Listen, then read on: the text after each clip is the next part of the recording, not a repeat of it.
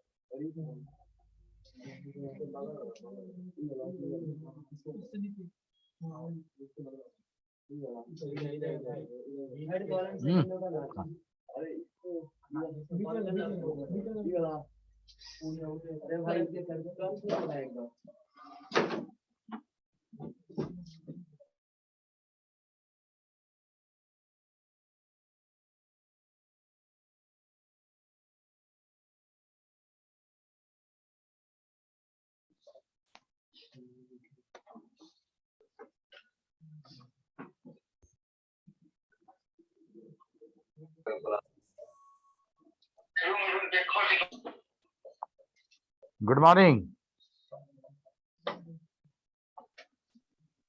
Good morning sir. Good morning sir. चलो mute कर लो सब लोग।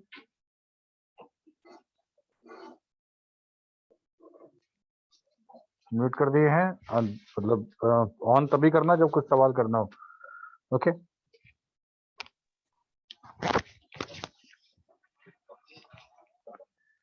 हम लोग डायोड देख चुके हैं और डायोड में किसी को हमको लगता है कि अब कोई प्रॉब्लम नहीं होना चाहिए। Am I right? Okay, so next topic diode से ही है और हम उस डायोड में कैपेसिटेंस की बात करेंगे। अगर कैपेसिटर तुम ध्यान से देखे होगे तो कैपेसिटर का जो कंस्ट्रक्शन है उसमें 2 प्लेट था और दोनों प्लेट पे कुछ चार्ज अकोमुलेट थे, ठीक है। और उस दोनों प्लेट को शॉर्ट होने से बचाने के लिए, टच ना करे इसके लिए बीच में कुछ इंसुलेटर रखा गया था। और हमने ये भी देखा था कि दोनों चार्ज प्लेट के कारण इंसुलेटर पे भी हमारा कुछ चार्ज जो था अलाइन हो रहा था, जिससे वहां भी इलेक्ट्रिक फील्ड बन रहा था और वो इलेक्ट्रिक फील्ड दोनों प्लेट के इलेक्ट्रिक फील्ड के अपोजिट डायरेक्शन में था, ठीक है। तो ऐसा सिनारियो जब हुआ था तो हमारा कैपेसिटर एनर्जी स्टोर करने लगा था, हुआ था ना? ऐसा हुआ था तो एनर्जी स्टोर हो गया था। तो क्या सिर्फ कैपेसिटर ही करेगा या ऐसा एडजस्टमेंट, ऐसा किसी किसी कंपोनेंट, किसी डिवाइस में हो जाएगा तो वो भी एनर्जी स्टोर कर देगा, ठीक है। तब यहां से निकल के आया कि भाई हमारा जो डायोड है, डायोड जब हम उसको कंडक्शन में लगाते हैं, मतलब हम किसी परिपथ में या सर्किट में उसको जोड़ते हैं तो क्या होता है हमारा कि दोनों प्लेट P वाला और N वाला, ठीक है, दोनों चार्ज तो ऑलरेडी है, हम तो बनाए हैं उसको, यहाँ पे प्लस चार्ज का दिखता, वहां पे माइनस चार्ज का दिखता और बीच में डिप्लीशन रीजन। तो एकदम वैसा ही तुमको लगेगा जैसे हम कैपेसिटर की बात कर रहे हो। एक प्लेट इधर जो प्लस चार्ज के साथ है, एक प्लेट इधर जो माइनस चार्ज के साथ है और बीच में मेरा डिप्लीशन रीजन है जो दोनों को कनेक्ट होने से रोक रहा है। दोनों के बीच में एज अ पोटेंशियल बैरियर वो काम कर रहा है और वो भी इलेक्ट्रिक फील्ड बना रहा है और बिल्कुल दोनों प्लेट के, मतलब दो बोथ टाइप ऑफ सेमीकंडक्टर का जो इलेक्ट्रिक फील्ड बन रहा है उसके अपोजिट डायरेक्शन में बना रहा है, ठीक है। जब ऐसा हो गया तो बिल्कुल कैपेसिटर जैसा हो गया। तो कैपेसिटर हो गया तो सिर्फ देखने में कैपेसिटर क्या होगा, उसका अपना कैपेसिटेंस भी होगा, ठीक है। तो हम वही बात करेंगे व्हाट इज कैपेसिटेंस। तो कैपेसिटेंस को डिफाइन पहले कर दें ताकि तुमको याद आ जाए कि कैपेसिटेंस, जब हम कैपेसिटर पढ़ रहे थे तो हम कैपेसिटेंस को कैसे डिफाइन किए थे। तो capacitance is defined by the measurement of capacity of a material to store an electrical charge into it, ठीक है। Capacity to store the charge, ये है हमारा कैपेसिटेंस है कैपेसिटर के केस में। So a diode that is P or N junction, P and N junction is also act like a capacitor when connected to the voltage supply. There are two type of capacitance. हमको पता है कि हम एक diode को दो तरीके से जोड़ सकते हैं। कौन सा दो तरीका बताओ?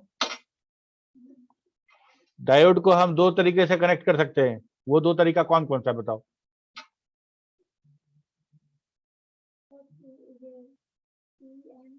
पीएन जंक्शन तो है, पी टाइप और एन टाइप मिला दिए जंक्शन हो गया, पीएन जंक्शन बन गया, तो इसी को हम डायोड कर रहे हैं। तो डायोड को हम कैसे जोड़ सकते हैं? किधर नेगेटिव किधर पॉजिटिव, ये पोटेंशियल के आधार पे दो तरह का कनेक्शन होता है। कौन कौन सा बताओ? यस, इधर से बदमाशी क्यों कर रहे हो तुम? जैसे पूछते हो उसको बताने दो ना। है अब मदद करने का बहुत मिलेगा मौका, बहुत चांस मिलेगा मदद करने का, उस समय तो मदद नहीं करोगे। अभी सॉरी उधार मांग लेना तो कोई नहीं देगा, मदद करते चले। ठीक है, तो दो तरीके से कनेक्ट करेंगे। अच्छा, दो तरह से कनेक्ट करेंगे तो दोनों में तो मेरा कैपेसिटेंस बनेगा। तो हम एक को बोलेंगे ट्रांजिशन और एक को बोलेंगे डिफ्यूजन। ठीक है, अब यहाँ पे देखो ट्रांजिशन कैपेसिटेंस हम लोग पढ़ते हैं, जिसमें रिवर्स बायस कनेक्शन हम लोग ने किया है। रिवर्स बायस मतलब पी साइड को बैटरी के नेगेटिव पोल से और एन टाइप को बैटरी के पॉजिटिव पोल से जोड़ दिया। हमको पता है कि इस कंडीशन में क्या होता है कि मेरा डिप्लीशन रीजन बहुत नैरो हो जाता है ना? ये सुनो, तो ये सर क्यों बोल दिए? तुम नहीं बोले, बाकी बोला। तो डिप्लीशन रीजन में जब हम कनेक्ट करेंगे तो क्या होगा? मेरा वाइडर हो जाएगा। वाइडर होने के का मतलब ये है कि हमारा जो दोनों प्लेट के बीच का डिस्टेंस है डी, जो कि हमारा इन्वर्सली प्रोपोर्शनल हुआ करता था कैपेसिटेंस से, वो बढ़ गया, 1/d था।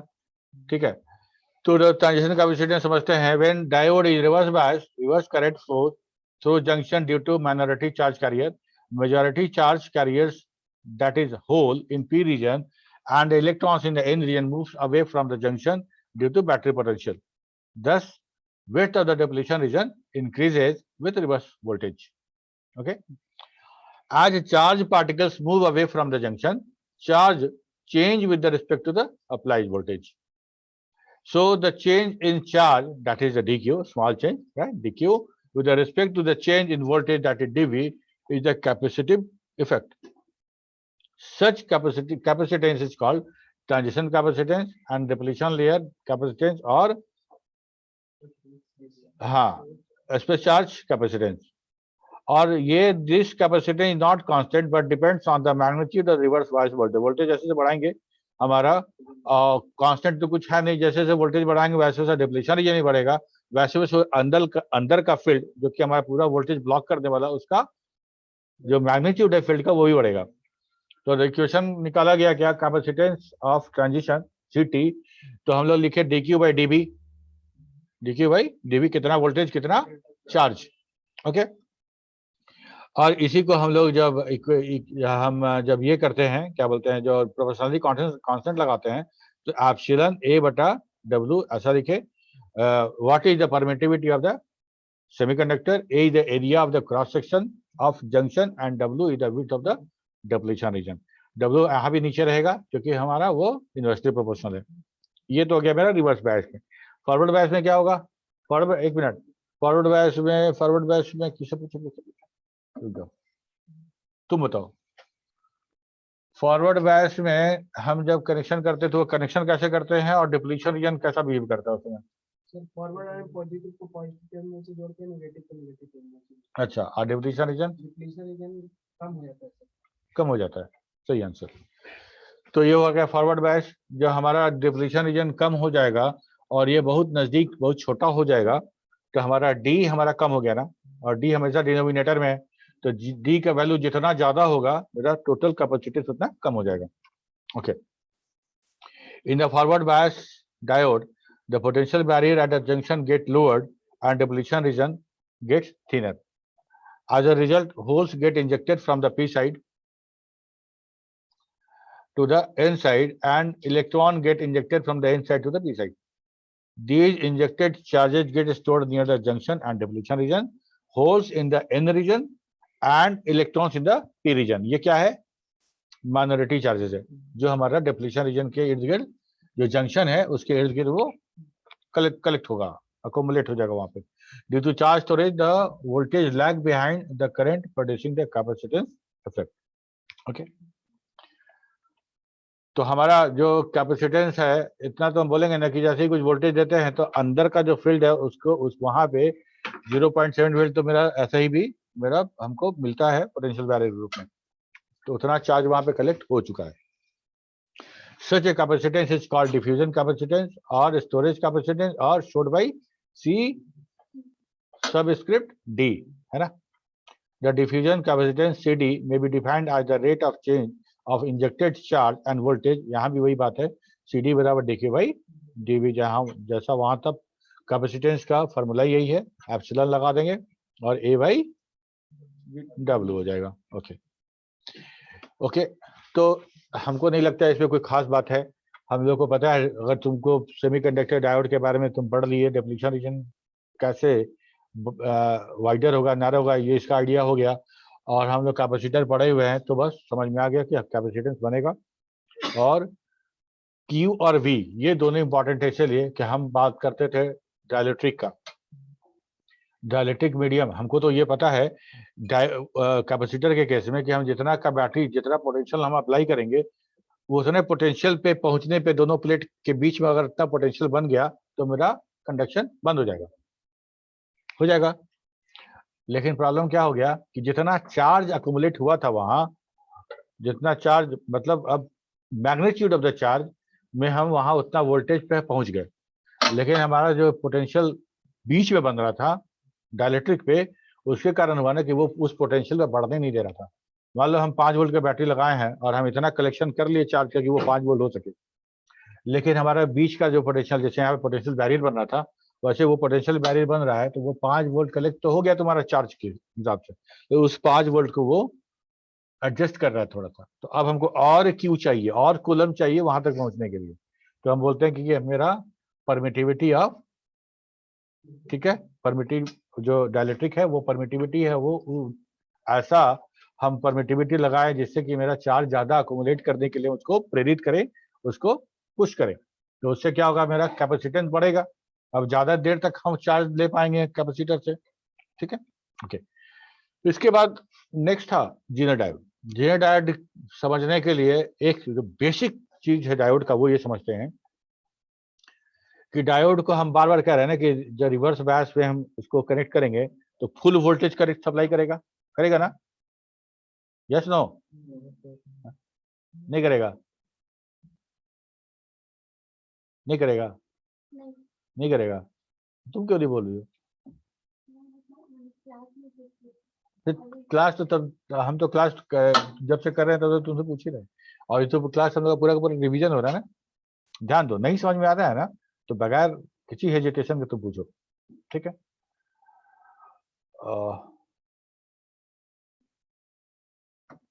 हाँ, तो हम किसी डायोड को रिवर्स बायस में अगर हम कनेक्ट कर रहे हैं तो मेरा वोल्टेज ब्लॉक हो जा रहा है और हमारा कंडक्शन नहीं हो रहा है। अच्छा, नहीं हो रहा है तो समझ में आ रहा है क्यों नहीं हो रहा है।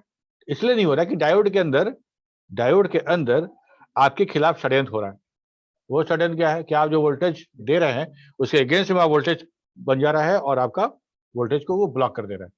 इसका मतलब कि डायोड के अंदर भी इलेक्ट्रिक फील्ड जनरेट हो रहा है उतना ही जितना हम सप्लाई कर रहे हैं, ठीक है। तो जंक्शन जो है मेरा, वो जंक्शन कितना स्ट्रांग इलेक्ट्रिक फील्ड को कैरी कर सकता है, कितना स्ट्रांग इलेक्ट्रिक फील्ड को कैरी कर सकता है, ये तो मैटर है। तो हम अगर मान लो बैटरी से कनेक्ट कर रहे हैं, 5 वोल्ट लगाए तो 5 वोल्ट का इलेक्ट्रिक फील्ड वहां पे 5 वोल्ट कलेक्ट हो गया, इलेक्ट्रिक फील्ड बन गया 5 वोल्ट का। ओके, अब हम थोड़ा वोल्टेज बढ़ा रहे हैं, बढ़ाए 12 वोल्ट कर दिए तो 12 वोल्ट बन जाएगा, 24 वोल्ट कर देंगे तो वही बन जाएगा। ताकि अगर मेरा पूरा करंट ब्लॉक करना है तो उस पोटेंशियल पे तो आ जाना पड़ेगा उसको, तभी ब्लॉक कर पाएगा। अब क्या होगा ना कि डायोड जो सिंपल पीएन जंक्शन डायोड हम बनाए थे, जो मॉडरेट डोप करके बनाया गया था, इतना ज्यादा इलेक्ट्रिक फील्ड वहां पे अकोमोलेट हो जाएगा कि वो उस हीट को, उस इलेक्ट्रिक फील्ड को बर्दाश्त नहीं कर पाएगा, ठीक है। बर्दाश्त नहीं होगा, टॉलरेट नहीं होगा, तो क्या होगा कि वो हमारा जंक्शन जो था वो कोलैप्स कर जाएगा, जिसको बोलते हैं डायोड खराब हो गया, डायोड लीक कर गया। जब डायोड लीक कर गया तो नो पी नो एन, सब मेटल हो गया, सब मेटल हो गया। और जब मेटल हो गया तो रिवर्स बायस में जो बोल रहे थे ना कि वाह ऐसा चीज बनाया कि जो रिवर्स बायस में करंट को कंडक्शन नहीं होने देता है, सब बेकार, कंडक्शन दोनों तरफ से होगा। ठीक है, आने का भी रास्ता यही, जाने का भी रास्ता यही। तो जब ये पता चला तो इस फीचर को, इस प्रॉपर्टी को, इस कैरेक्टरिस्टिक को यूज कर किया जाना तय हो गया कि भाई देखिए हम डायोड को तो रिवर्स बायस में यूज करेंगे तो एक पॉइंट पे आके ये ब्रेकडाउन हो जाएगा, एक ब्रेकडाउन हो जाएगा। तो इस ब्रेकडाउन, जिस वोल्टेज पे वो ब्रेकडाउन हो रहा है ना, उसको बोलते हैं ब्रेकडाउन वोल्टेज। ठीक है, और उस समय जो करंट मिला उसको बोल देंगे ब्रेकडाउन करंट। ओके, इस चीज को, इस प्रॉपर्टी को जो यूज करके जो एक नया डायोड बनाया गया, उसका नाम रखा गया जीनर डायोड। और जो फिजिसिस्ट थे उन्हीं के नाम पे रखा गया इनका नाम। ठीक, तो वो क्या किया कि भाई ऐसा डायोड हमको चाहिए, ऐसा डायोड चाहिए कि जिसका जो रिवर्स बायस में कंडक्शन तो अलाउ करे लेकिन जंक्शन कोलैप्स नहीं होना चाहिए उसका।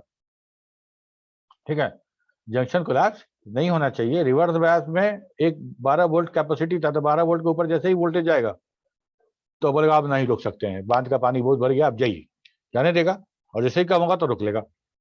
तो यही मेरा जीनर डायोड बन गया। और जीनर डायोड से हम क्या काम करना शुरू कर दिए, हम वोल्टेज रेगुलेट करने लगे। हम वोल्टेज रेगुलेट करने लगे, जितना वोल्टेज चाहिए मेरे कंपोनेंट को, आगे हो सकता है मॉसफेट लगाए हों, आगे हो सकता है हम ट्रांजिस्टर लगाए हों, आगे आईसी लगाए हों। और यहाँ से हम वोल्टेज कैसे क्रिएट कर रहे हैं, हम ट्रांसफार्मर से एसी टू डीसी कनेक्ट कर रहे हैं।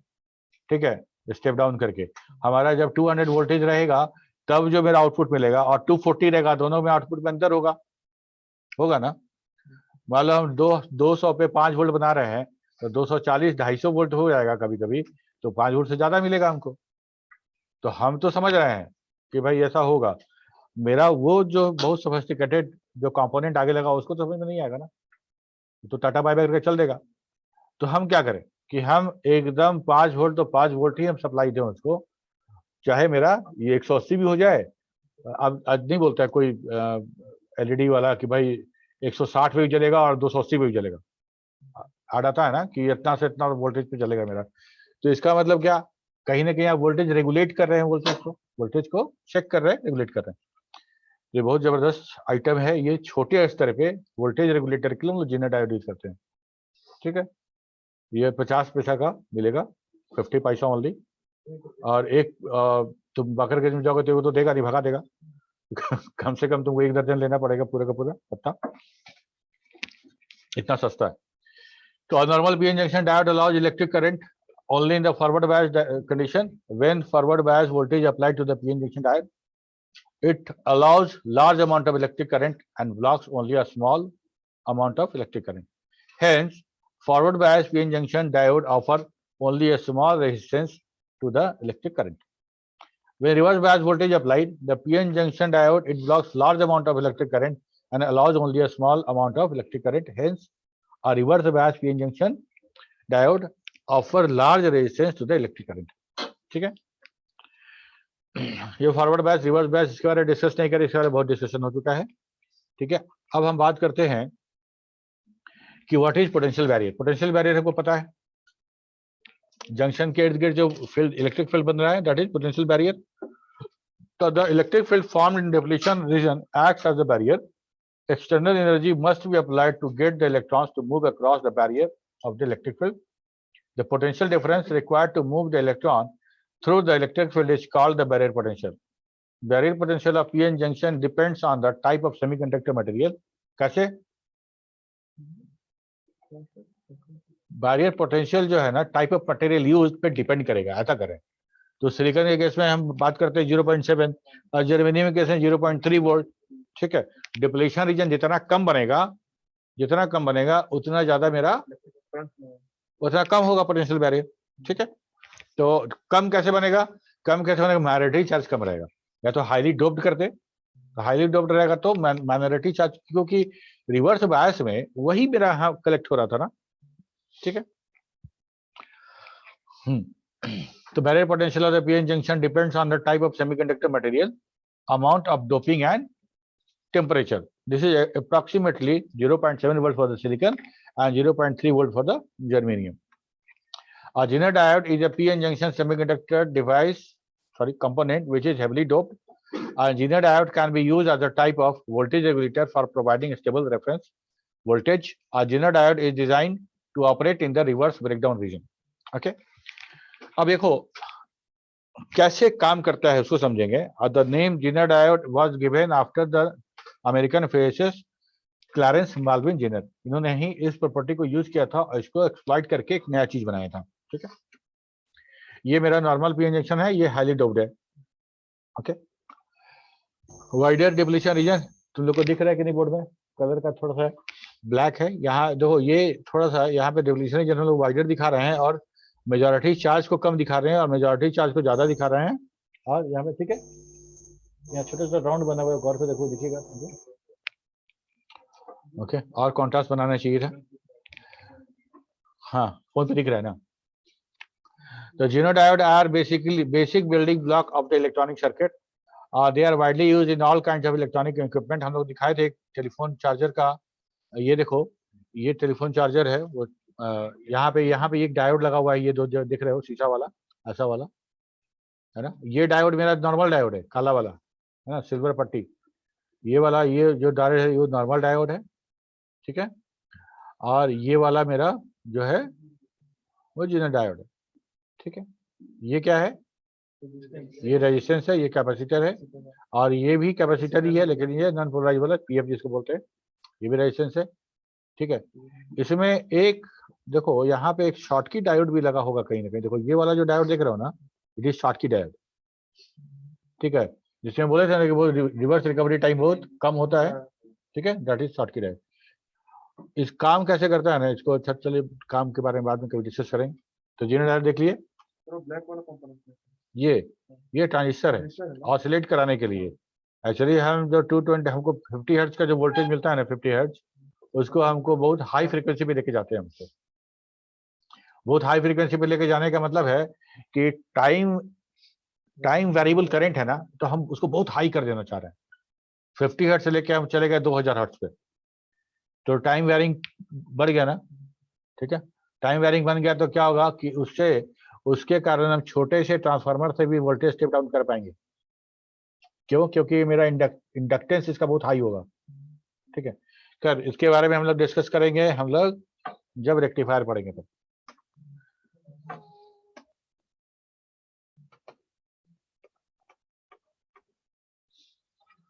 ठीक है. Zener diode are mainly used to protect electric circuit from over voltage.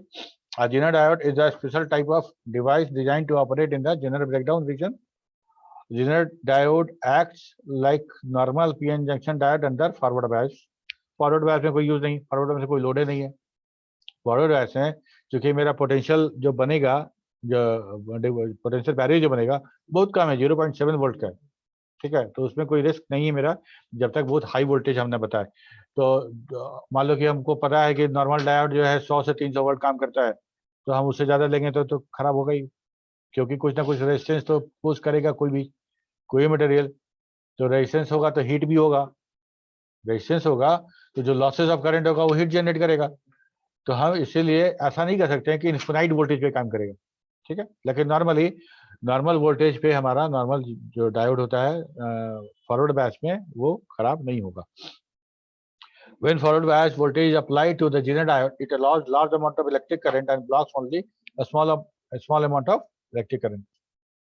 Zener diode is heavily doped and than the normal p-n junction diode. Hence, it has very thin depletion region. क्यों?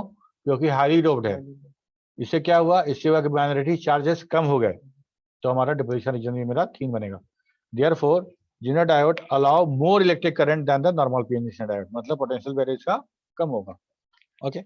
Zener diode allows electric current in a forward direction like a normal diode, but allow electric current in the reverse direction if the applied reverse voltage greater than the Zener voltage.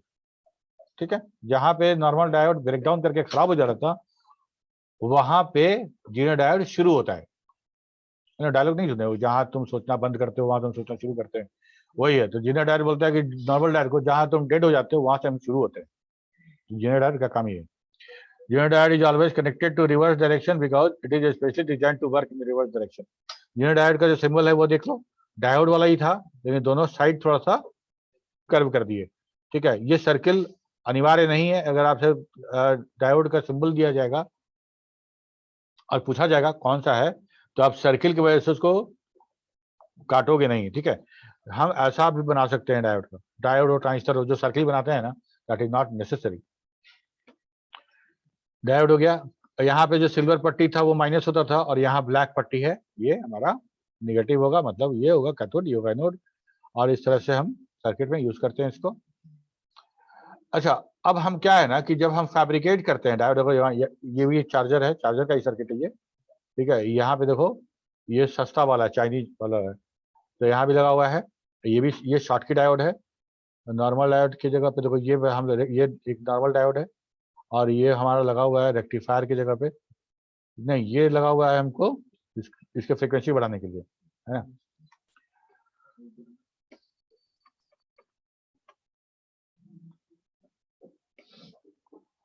तो Jenner diode को समझने के लिए ये diagram है, देखो मान लो कि हम जेनर डायोड, हमको ऐसा जेनर डायोड चाहिए जिसका कि जेनर ब्रेकडाउन वोल्टेज 5 वोल्ट हो। ठीक है, 5 वोल्ट हो, हम ऐसा चाहते हैं। तो हमको क्या करना पड़ेगा ना कि जेनर डायोड जो फैब्रिकेट हो रहा होगा, जहां बन रहा होगा, उस समय हमको डोपिंग लेवल ऐसा रखना होगा ना कि 5 वोल्ट पे ही ब्रेकडाउन हो जाए। समझ में आ रही बात? ठीक है, 5 वोल्ट पे ये, अच्छा रेजिस्टेंस बनाते हैं, हमको 1 ओम का बनाना है, तो हम कार्बन और कार्बन के साथ इम्प्योरिटीज मिलाते हैं, कार्बन एलॉय, तो हम ऐसा ही मिलाएंगे ना कि इतना छोटा सा कार्बन एलॉय मिलकर 1 ओम हो जाए या एक 1K हो जाए। तो फैब्रिकेशन से ध्यान रखना पड़ेगा हमको।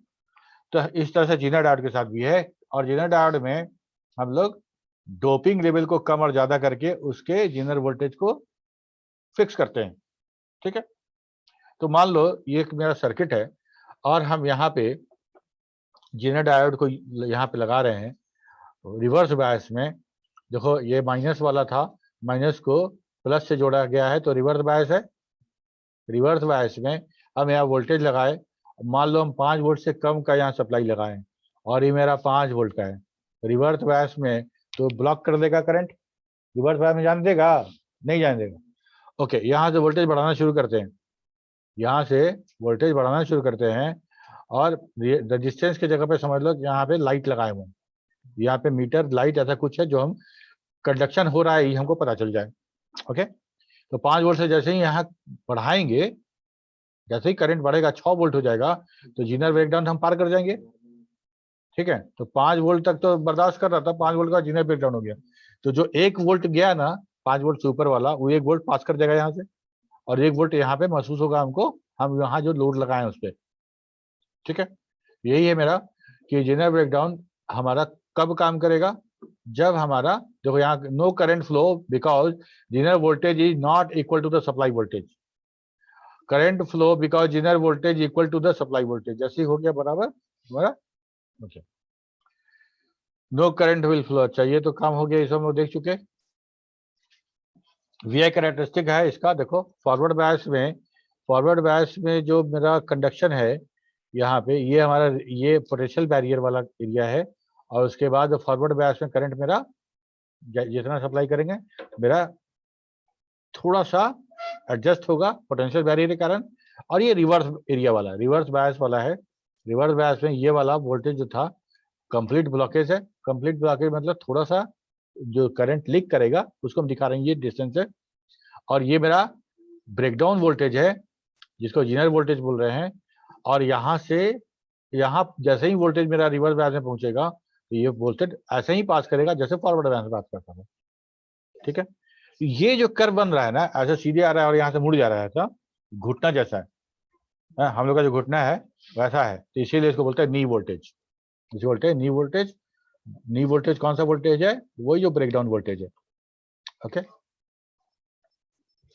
the curve shows that the Zener diode, when connected in a forward bias, behave like an ordinary diode, but when the reverse voltage applies across it and the reverse voltage arises beyond the predetermined rating, the Zener breakdown occurs in the diode. ठीक है, नींद आ रही है क्या तुमको? at Zener breakdown voltage, the current start flowing in the reverse direction. The graph of the Zener breakdown is not exactly vertical, shown above, which shows that the Zener diode has resistance. ठीक है? The voltage across the Zener is represented by the equation shown below. That is the voltage. So voltage Zener, that current of the Zener as a resistance of the Zener. ठीक है? ये सारा का सारा एक formula है. फिर बोला डेरिवेशन पे हम लोग नहीं जा रहे हैं, तो सब समझ रहे हैं. Zener voltage plus current, Zener current, और जो जीनर डायोड के अंदर जो रेजिस्टेंस बन रहा है, that is the R of the zener, ये हमको मिलेगा कंप्लीट वोल्टेज जो जीनर डायोड से हमको रिवर्स बायस में मिलेगा. ओके, यहां तक किसी को कोई दिक्कत? Any issues? गुड. इसके बाद एप्लीकेशन तो ऑलरेडी हम लोग डिस्कस कर लिए. क्या? आज अ वोल्टेज स्टेबलाइजर. ठीक है, आज वोल्टेज स्टेबलाइजर कहने का मतलब, तो वो स्टेबलाइजर बस समझ लेना जो हम लोग एसी और फ्रिज के साथ इस्तेमाल करते हैं. वो स्टेबलाइजर इसीलिए है कि वहां भी वोल्टेज स्टेबलाइज करता है. वो वोल्टेज स्टेबलाइज करता है. और कैसे स्टेबलाइज करने का मतलब क्या? वोल्टेज को स्थिर रखना, वोल्टेज को स्थिर रखना. और हमारा जीनर का काम यही है कि वोल्टेज मेरा स्थिर हो. इसी तर्ज पे उसको भी हम लोग स्टेबलाइजर बोलते हैं, लेकिन वो काम डिफरेंट तरीके से करता है. The Zener diode is used for regulating the voltage. It provides a constant voltage from the fluctuating voltage source to the load. The Zener diode is connected in parallel across the load and maintain the constant voltage Vz and hence stabilize the voltage. Parallel में connect होता है. इसको समझ रहे हो कि नहीं? अभी हम जो डायोड दिखाए थे, नॉर्मली हम लोग डायोड जो जोड़ते हैं वो कैसे जोड़ते हैं? ये पैरेलल है कि सीरीज है? सीरीज है. सीरीज है. तो हमको पैरेलल में जोड़ना है, तब हम उसको स्टेबलाइज कर पाएंगे. वोल्टेज स्टेबलाइज करने के लिए हमको पैरेलल में जोड़ना है. कैसे जोड़ना है?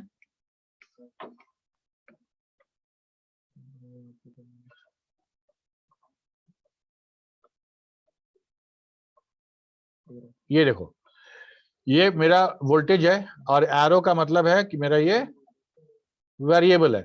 ये वेरिएबल 0 से 15 वोल्ट हम लेके जा रहे हैं. ओके, और 5.6 वोल्ट का हम जीनर लगाए हैं. 5.6 वोल्ट का हम लोग जीनर लगाए. इसका मतलब ये जो यहाँ पे जो लोड लगाया गया है, that must be of 5.6 volt. Okay, उसके पैरेलल में लगा दी. अब क्या होगा कि जब तक तुम 5.6 वोल्ट के अंदर में वोल्टेज सप्लाई करोगे, ये जीनर ऑफ रहेगा. ये रिवर्स बायस में ये ऑफ रहेगा. ओके, जैसे ही 5.6 वोल्ट से ऊपर जाके हम 6 वोल्ट लेके जाते हैं. यहाँ सप्लाई 6 वोल्ट आ गया, यहाँ सप्लाई 6 वोल्ट आ गया.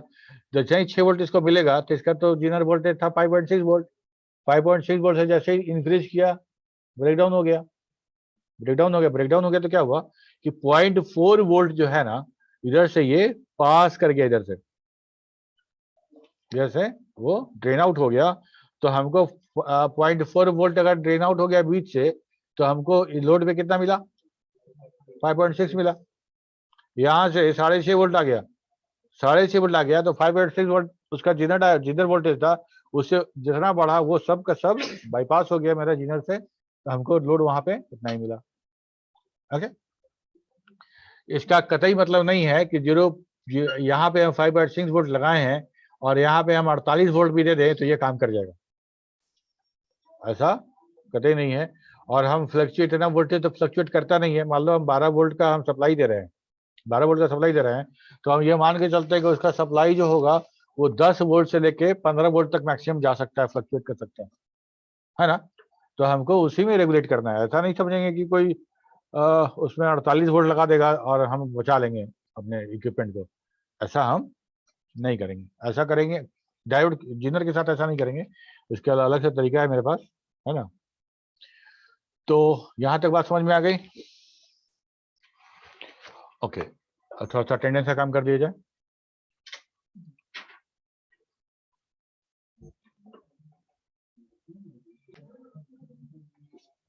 तो तुम लोग पढ़ लेना. और ज्यादातर क्वेश्चन जो होगा तुम्हारा बहुत बेसिक क्वेश्चन रहेगा. चार्ज से, वोल्टेज से, रेजिस्टेंस से, कैपेसिटर से, इंडक्टर से, सेमीकंडक्टर से एक आध क्वेश्चन होगा तो होगा. अदरवाइज हम कोशिश किए हैं कि तुम लोग को एकदम सिंपल एग्जाम रखा जाए इस बार.